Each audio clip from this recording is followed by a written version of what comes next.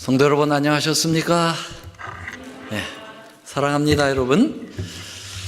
네, 이 소그룹반 이름이 뭡니까? 이름을 좀 지었으면 좋겠어요. 절제반이에요?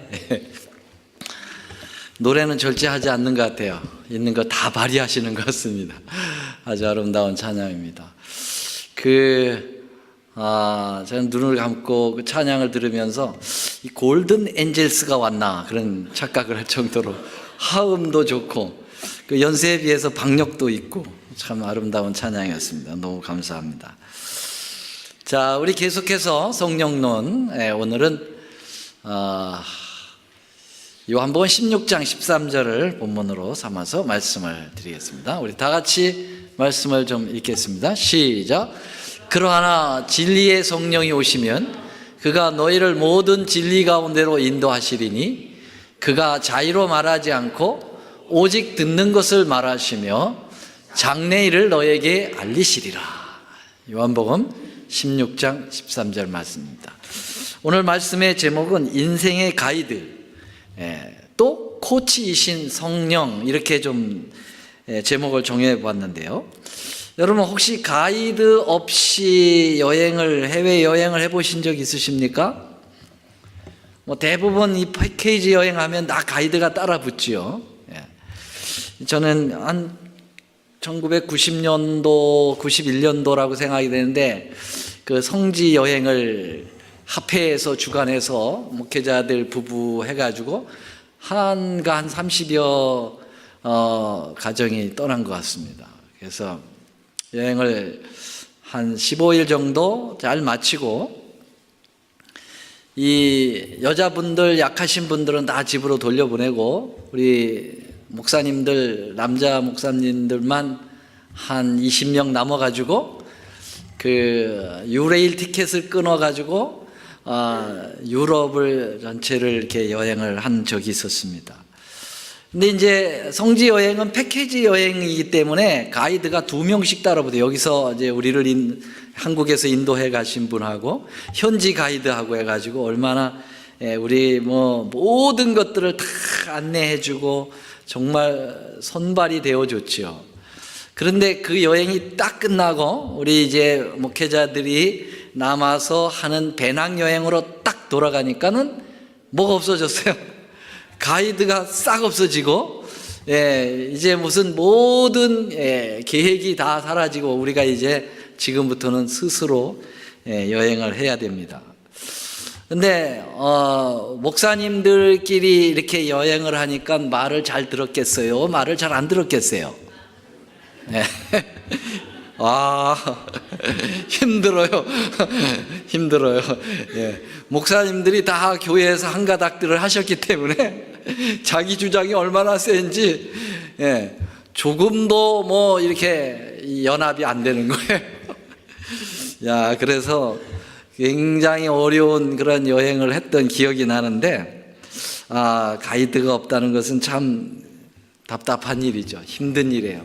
내일 하루, 오늘 그 모든 일정들에 대하여 계속 스트레스를 받고 늘 선택하고 순간순간 결정을 해야 되기 때문에 참 쉽지 않았습니다.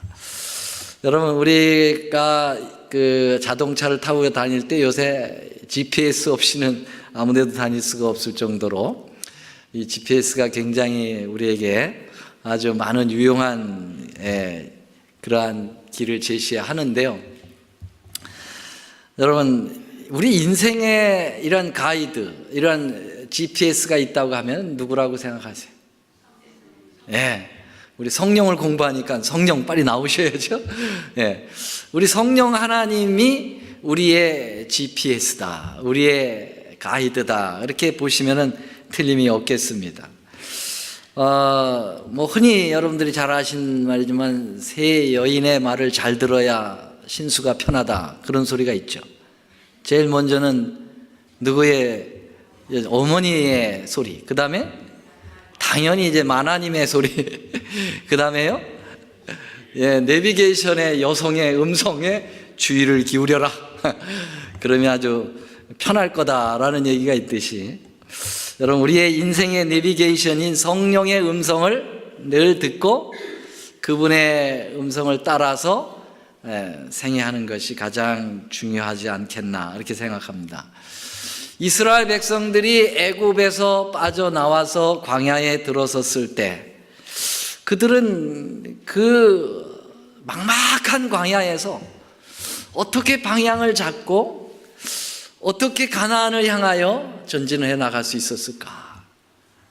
여러분 생각해 보셨어요? 이 광야는 정말 길이 없잖아요. 뭐 길을 내놓은 것도 아니고 모든 것이 다 낯선 그런 상황이죠. 거기에다가 온도 차이가 굉장하죠. 이 낮의 온도는 화씨 110도에까지 오르고 밤의 온도는 30도 이하로 떨어진다고 그럽니다. 그래서 낮밤의 차이가 약 80도 정도의 온도 차이를 보이는요. 이게 사막의 기후이죠.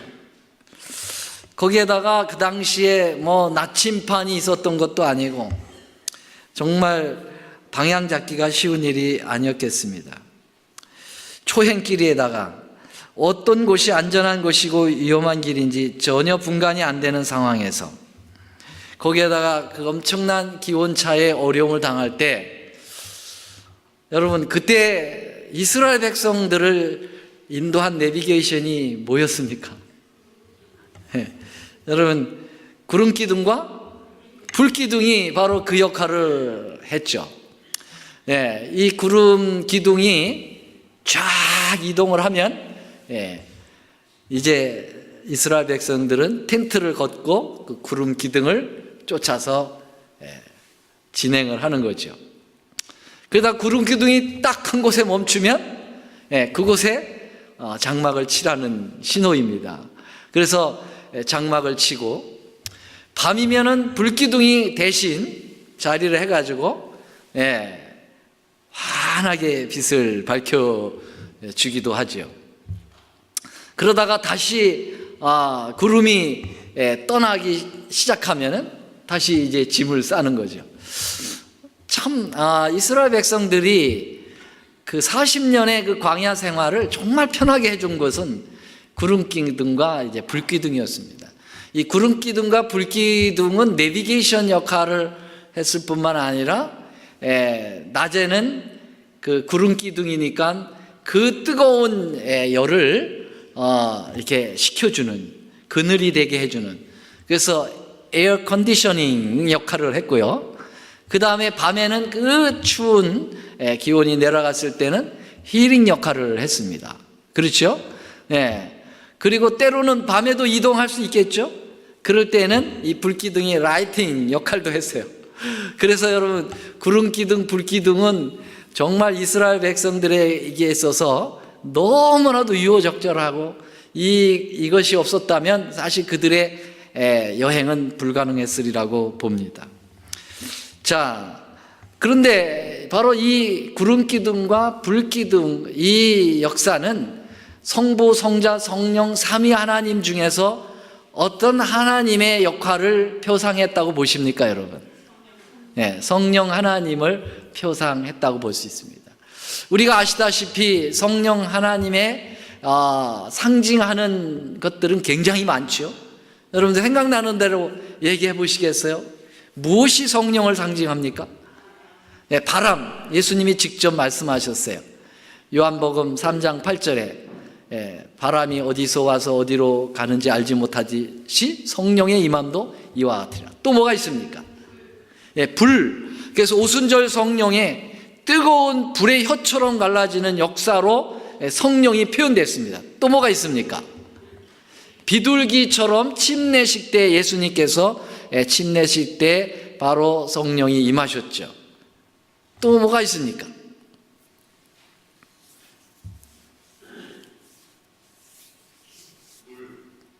물요. 물이 이제 하늘에서 더 내리는 건 비라고 해요. 그렇죠?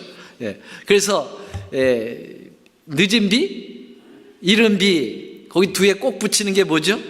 성령이죠. 이른 비와 늦은 비, 비로서도 상징을 했죠. 또 있습니까? 성령의 인을 친다고 그랬죠? 인이 바로 뭐죠?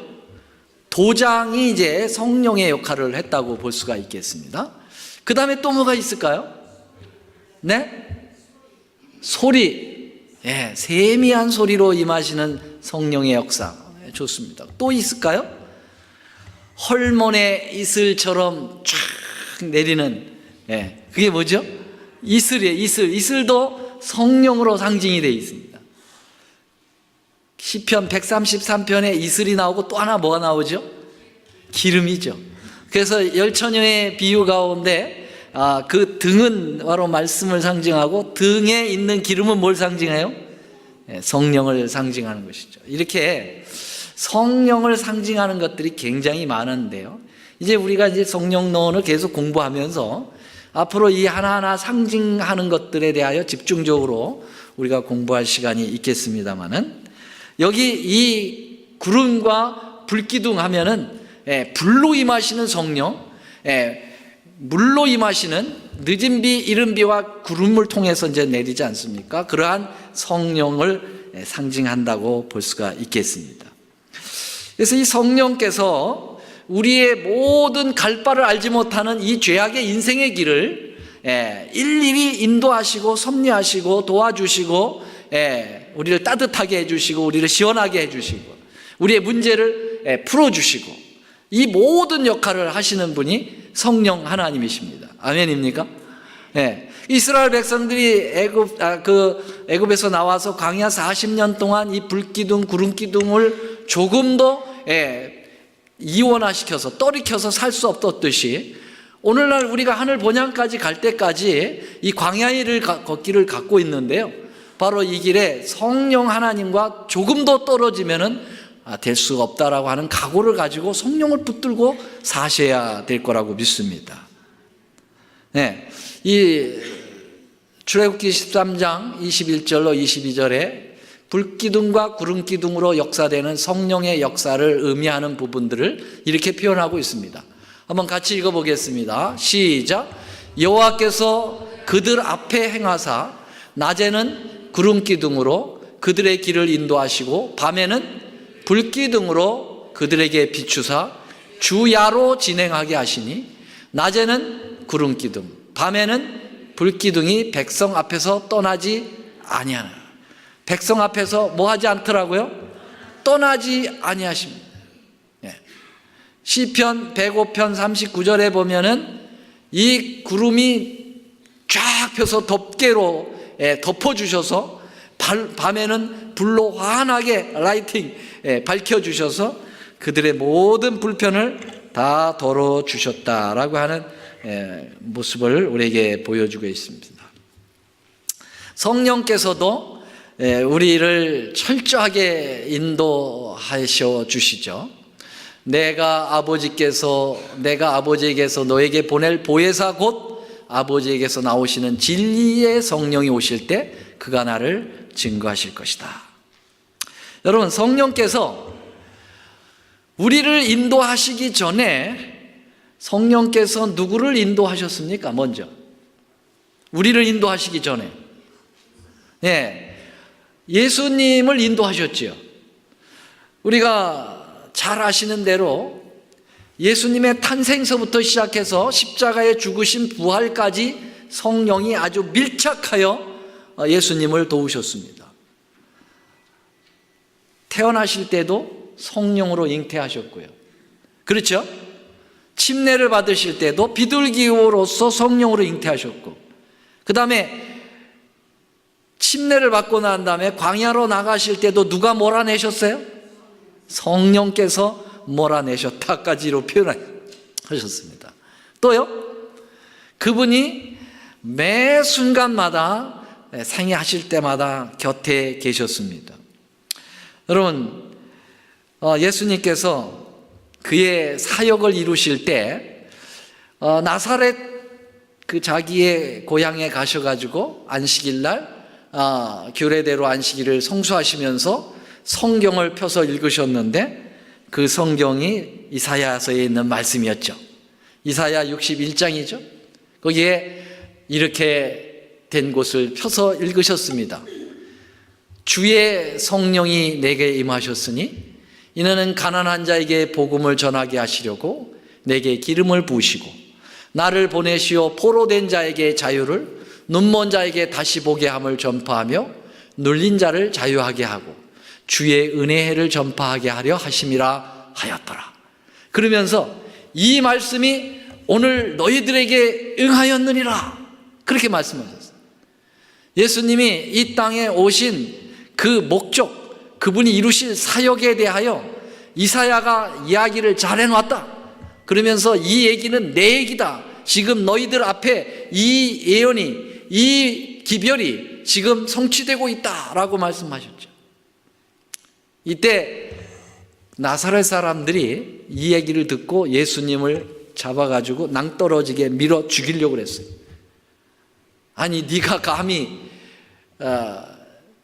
누군데 이 위대한 메시아에 하실 일을 너에게서 응하게 되었다고 하느냐? 예수님을 그들이 몰라보고 그런 불경을 저질렀죠.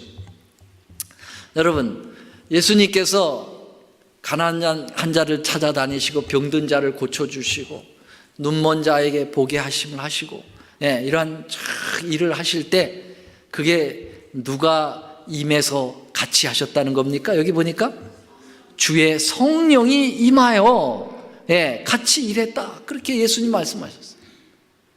그러니까 여러분 매 일투족 뭐라 그래요? 일거수일투족. 큰일 났네 이거.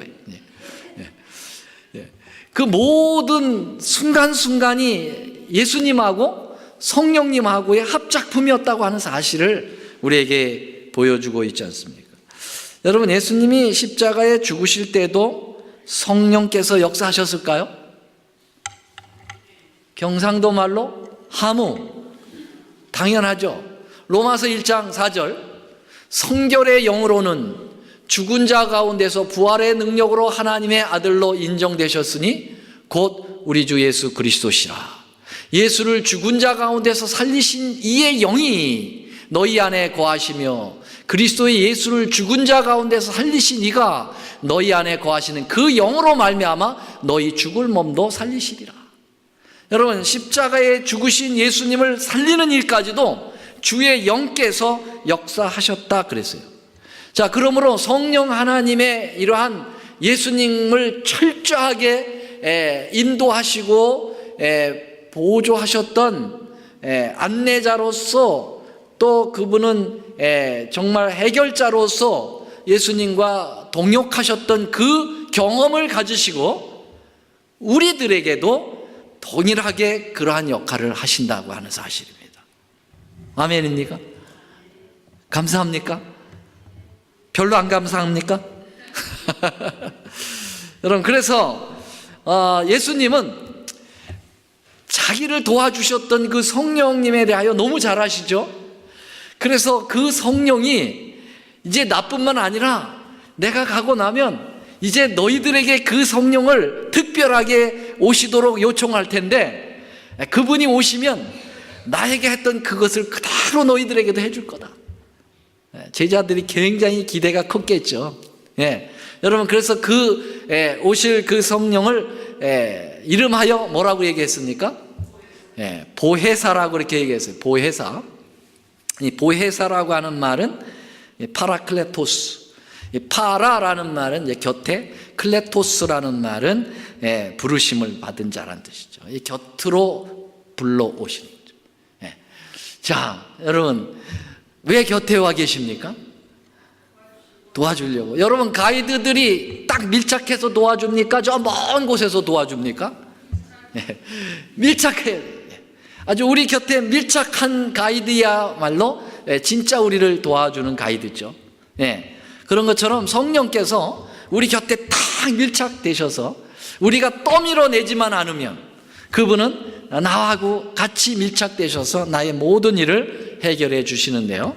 여러분, 이 파라클레토스를 영어로는 comforter, 위로자, 또 다른 말로는 대변자, 때로 말로는 상담자, 카운셀러, 이렇게 여러 그 의미를 가지고 있다고 합니다. 그런데 최근에는 이런 것들을 잘하는 그러한 직분을 가리켜서 코칭이라 그렇게 얘기합니다. 코칭.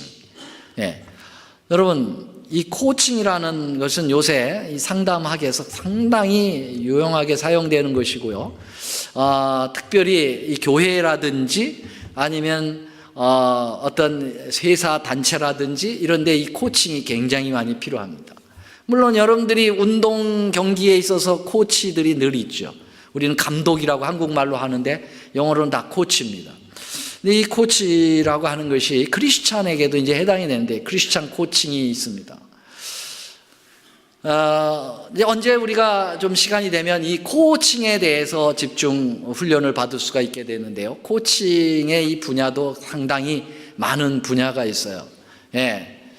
비즈니스, 라이프, 커리어, 적성과 진로, 청소년, 헬스케어, 리더십, 가족, 학부모, 공직자, 영적, 여성 리더십, 경영 이런 것들이 다 코칭이 필요한 분야입니다. 근데 이 코칭을 정의를 이렇게 내립니다. 코칭이란 개인의 변화와 발전을 지원하는 파트너십 과정이다 그렇게 얘기했어요. 같이 파트너가 되어주는 거죠. 그래서 이 크리스찬 코칭을 이렇게 중요한 정의를 내리고 있습니다. 개인 또는 집단을 도와 그들이 현재 있는 지점에서 하나님이 원하시는 지점으로 옮겨갈 수 있도록 안내하고 힘을 복돋아 준다. 안내도 하고 힘을 복돋아 주는 일도 합니다. 구름기둥과 불기둥처럼 안내도 할 뿐만 아니라 보호도 하고 많은 그러한 생활에 도움을 주는 것처럼 말이죠. 크리스찬 코치는 하나님이 세상과 자신의 삶에서 하시는 일이 무엇인지 분별하도록 사람을 어떻게 한다고요? 돕는 일을 한다 그렇게 얘기했습니다. 바로 이 일을 누가 하신다고요? 보혜사 성령께서 하신다라는 것입니다.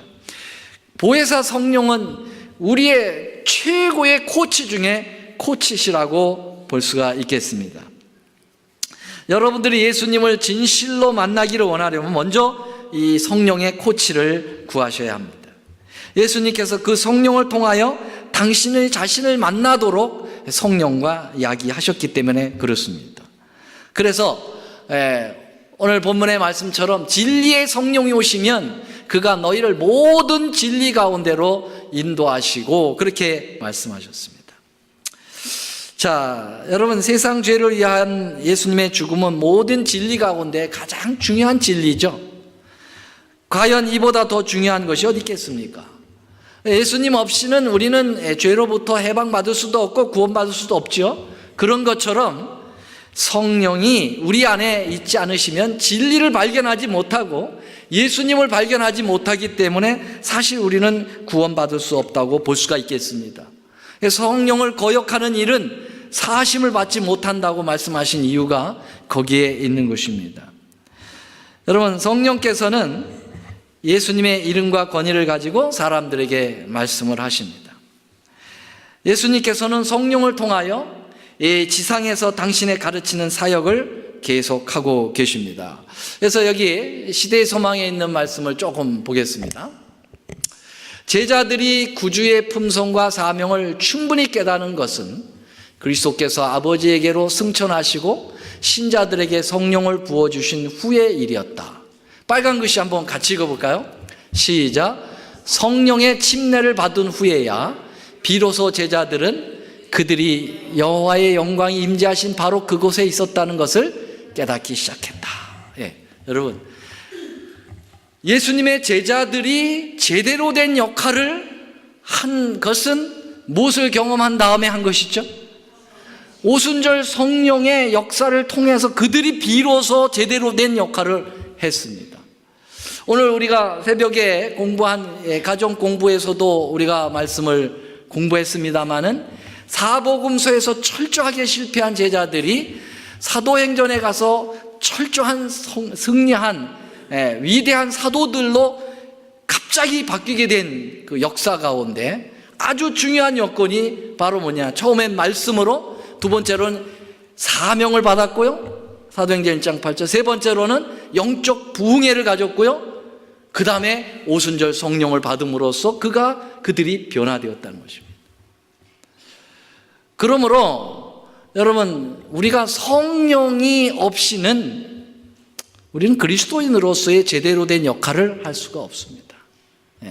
그리스도인으로서 살아가기도 어렵지만 그리스도인으로서 하나님께 부여받은 사명을 이룰 그러한 힘이 없고 능력이 없습니다.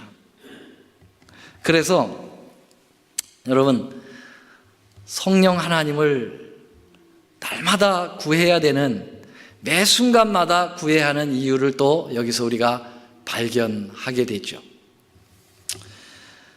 성령 하나님께서 당신 자신의 생각이나 의견을 제시하지 않으시고 예수님께서 말씀하시는 것을 가지고 성령 하나님이 우리를 인도하시는 것입니다. 여러분, 성령 하나님이 자기의 독단적으로 일을 하시지 않고 이미 말씀해 놓으신 예수님의 말씀을 가지고 우리를 인도하신다는 사실은 매우 중요한 사실입니다. 그래서 진리의 성령이 오심은 그가 너희를 모든 진리 가운데로 인도하시리니, 그 다음에 한번 읽어볼까요? 노란 글씨 다음에 시작. 그가 자의로 말하지 않고 오직 듣는 것을 말하시며 장래의 일을 너에게 알리시리라. 여러분, 성령이 자의로 말하지 않으신다고 그랬어요. 스스로 자기의 것을 얘기하지 않고 주님께서 주신 진리를 가지고 우리를 인도해 나가신다고 하는 사실이죠. 그래서 우리는 성령 하나님을 통할 때에는 예수님의 진리와 아주 직접적 연결을 갖게 하신다는 것, 한치 건너서가 아니라 바로 다일렉트로 진리로 연결시켜 주시는 역할을 성령께서 하신다, 그렇게 보실 수가 있겠습니다. 특별히 우리가 성경을 연구할 때, 하나님의 말씀을 들을 때 성령의 인도를 받지 않으면 큰 감화나 변화를 일으키지 못한다는 것입니다. 그러니까 이 순간에 여러분, 이 말씀을 지금 증거하는 이 말씀을 들으실 때도 여러분들께서 자꾸 생각을, 저 집에 두고 온 냉장고에 둔 그 고구마 생각을 하신다든지, 오늘 하다가 못한 무슨 일 자꾸 생각하신다든지, 그러면은 졸음이 오실 거예요. 의미가 없어요. 근데 성령을 구하시면서 오늘 저 종이 비록 연약하지만 저 종이 기도하며 준비해가지고 온 말씀을 성령 하나님 깨닫게 해주시고 진리로 인도하여 주시기를 바랍니다 라는 간절한 바람을 가지고 말씀을 들으신다면 이 가운데도 강력한 성령의 역사가 일어나지 않을까요? 왜 우리의 말씀의 집회들이 냉랭하고 차가울까요? 그것은 말씀을 증거하는 사람에만 달려 있습니까? 오늘날에 위기가 있는데 설교자의 위기도 있지만 회중의 위기가 있다고 이야기합니다. 아무리 말씀을 잘 준비하여 기도해도 회중들이 기도하는 마음으로 성령과 함께 말씀을 듣지 않으시면 감동이 없는 거죠. 그래서 세상적인 재미난 그런 위트라든지 애화라든지 그런 것에 반짝하다가 그것이 사라지면 졸은 것입니다. 왜요? 영하고 관계가 없어요. 그래서 웃기는 말을 좀 많이 해가지고 막 하면은 끝날 때 은혜 받았다고 얘기하죠. 그러나 정말 말씀 깊이 성령의 역사를 감동 있게 말씀하여서 때로 그것이 성령과 함께 역사 내기 되지 못하면 오늘 말씀은 졸려왔다고 얘기합니다. 사랑하신 여러분, 이 자리에서 누가 서서 말씀을 하시든 간에 성령과 함께 그 말씀을 들으면 감동이 있는 것입니다. 아멘입니까? 네. 설교자를 탓하기 전에 내 자신을 성령으로 영접하지 못한 내 자신을 탓하고 회개해야 하는 것입니다. 어린아이가 성경을 말씀을 증거할 때도 감동을 받을 수 있어요. 스칸디나비아 지역에서 어린아이들이 설교를 했어요. 그때 회중들이 회심하고 난리가 났습니다. 성령이 역사하셨던 것입니다. 여러분, 그래서 에베소 6장 17절 다 같이 읽겠습니다. 시작. 구원의 투구와 성령의 검, 하나님의 뭘 가지라고요? 말씀을 가지라. 여러분, 하나님의 말씀은 성령의 검으로서 우리의 양심을 찔러 쪼개기까지 해야 합니다. 히브리 4장 12절에 뭐라고 말씀해요? 하나님의 말씀은 뭐하고? 살아있고 운동력이 있어 좌우의 날섬 어떤 검보다 예리하여 온 관절과 골수와 우리의 심령을 쪼개기까지 한다고 그랬는데요. 여러분, 그 말씀하고 에베소 6장의 말씀하고 연결을 시켜야 합니다. 그 성령의 검이 될 때 그 말씀이 예리하여 우리의 관절과 우리의 심령을 쪼개는 것이죠. 아멘입니까? 왜냐하면 이 말씀은 성령의 감동을 통해서 주신 말씀이에요. 그렇기 때문에 성령의 도우심이 없이는 우리의 마음에 감동이 밀려오질 않아요.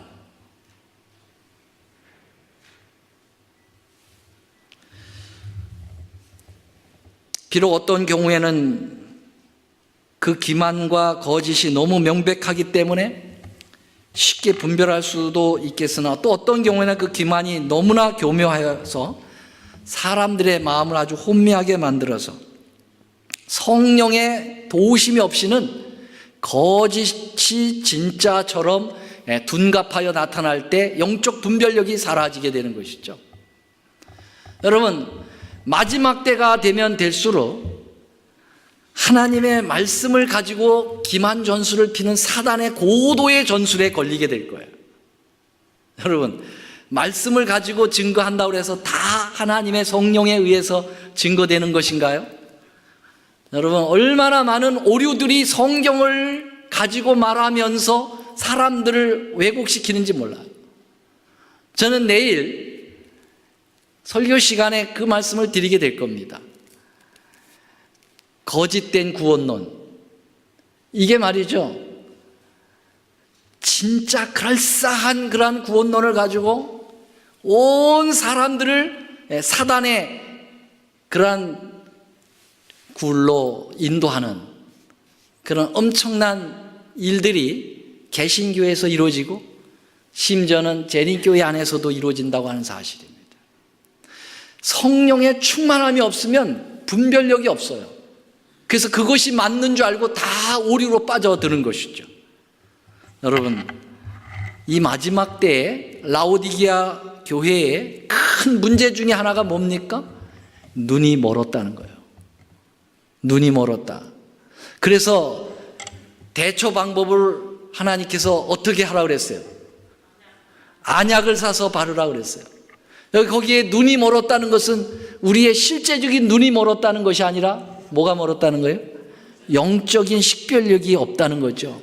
지금 세상이 어디까지 왔는지도 알지도 못하고 하나님의 말씀이 주어질 때 그것을 냉철하게 정말 이게 진리인지 성령과 연결되어서 말씀 나온 것인지 아니면 마귀의 영에 의해서 이게 둔갑되어 나타난 것인지 분별할 분별력이 없다는 것입니다. 이 마지막 시대 백성들이 가지는 치명적인 요소 중에 하나가 눈이 멀었다고 하는 사실입니다.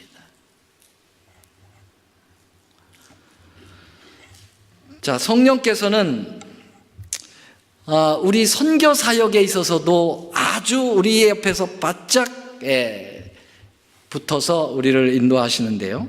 바울의 모습 속에서 우리는 알 수가 있겠죠. 바울이 2차 선교여행을 가면서 그는 기껏해야 멀리 간다고 생각한 것이 저 소아시아 드로아 지역까지 거기라고 생각했어요. 그래서 이제 어디로 방향을 돌려서 이 북쪽 이 무시아 쪽으로 이제 가려고 했는데 그때 성령께서 뭐라고 그랬어요? 그곳에 가지 못하도록 하셨어요.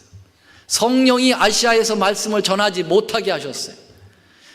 예수의 영이 허락하지 아니하였습니다. 그리고 마게도냐의 환상을 보게 하죠.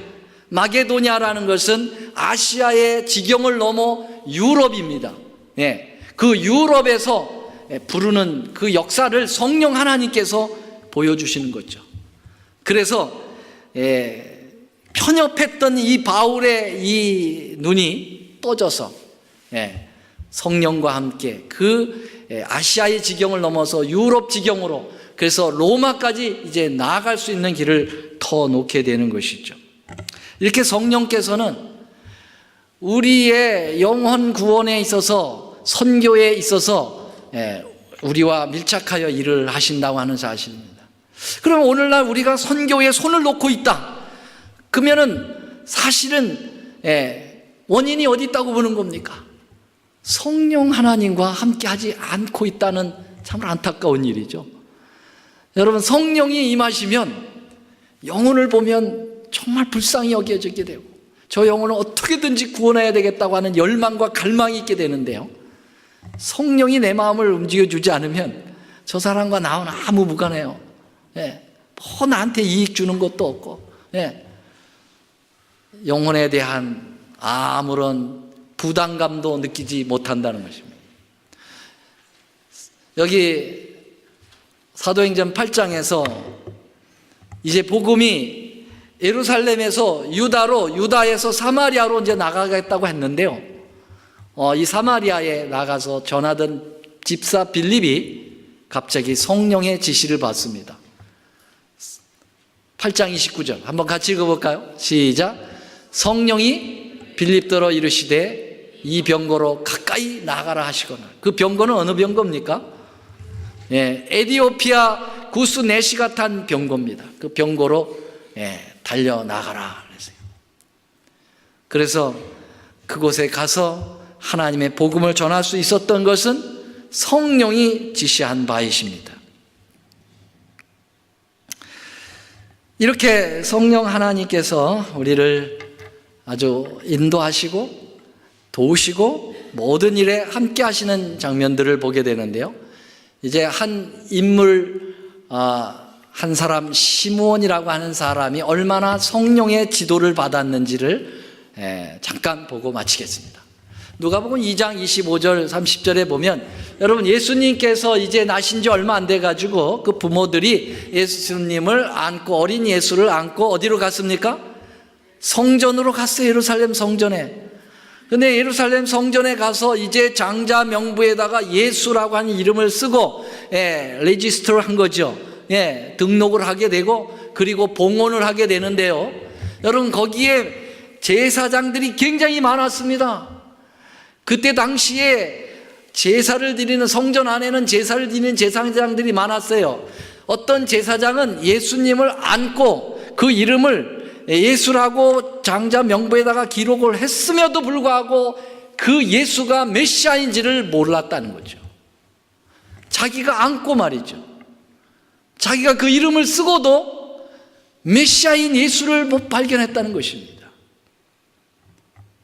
많은 제사장들이 그냥 예수를 지나가게 했습니다. 아무런 관심에 초점도 가지지 않고 그저 이스라엘의 많은 사람 중에 한 사람으로서만 그렇게 인지하게 됐습니다. 그러나 유일하게 한 사람은 예수를 발견했습니다. 그 사람이 누굽니까, 여러분? 나이 많은 시므온이었어요. 여러분, 연세가 많으시다고 무시하면 안 됩니다, 여러분. 여기 연세 많으신 분들이 정말 나이가 많아도 영적으로 충만한 사람이면, 성령의 사람이라면 그 어린아이 예수를 보고 바로 메시아를 발견하게 되는 것입니다. 여기 보세요. 예루살렘에 시므온이라는 사람이 있으니 이 사람이 의롭고 경건하여 이스라엘의 위로를 기다려. 이스라엘의 위로가 누굽니까? 예수님이에요. 메시아 예수님을 기다렸어요.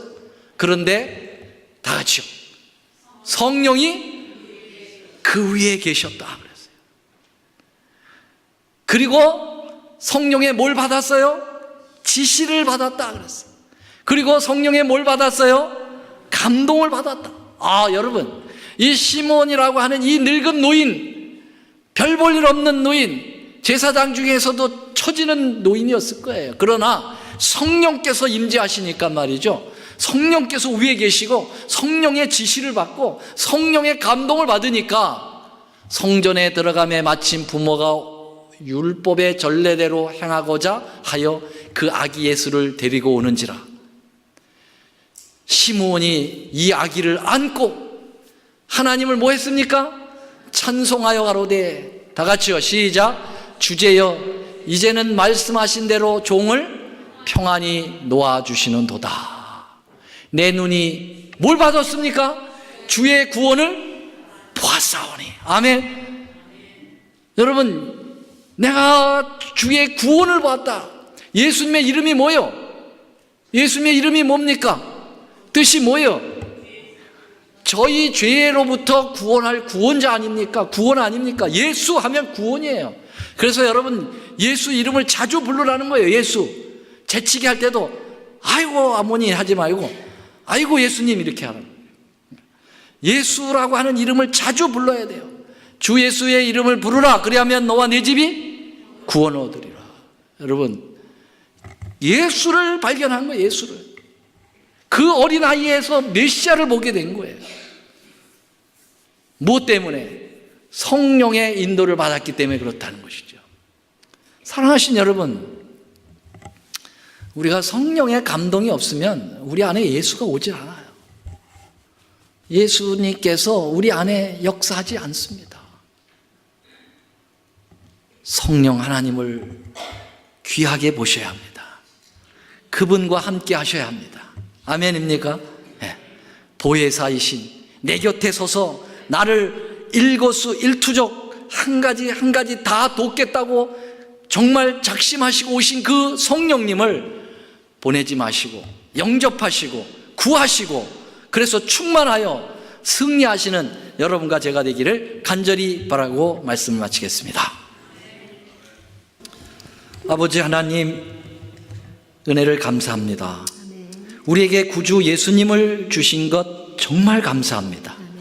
또 그 예수님을 잘 발견하고 그분께서 내리신 진리를 잘 쫓아갈 수 있도록 보혜사 성령님을 약속해 주셔서 정말 감사합니다.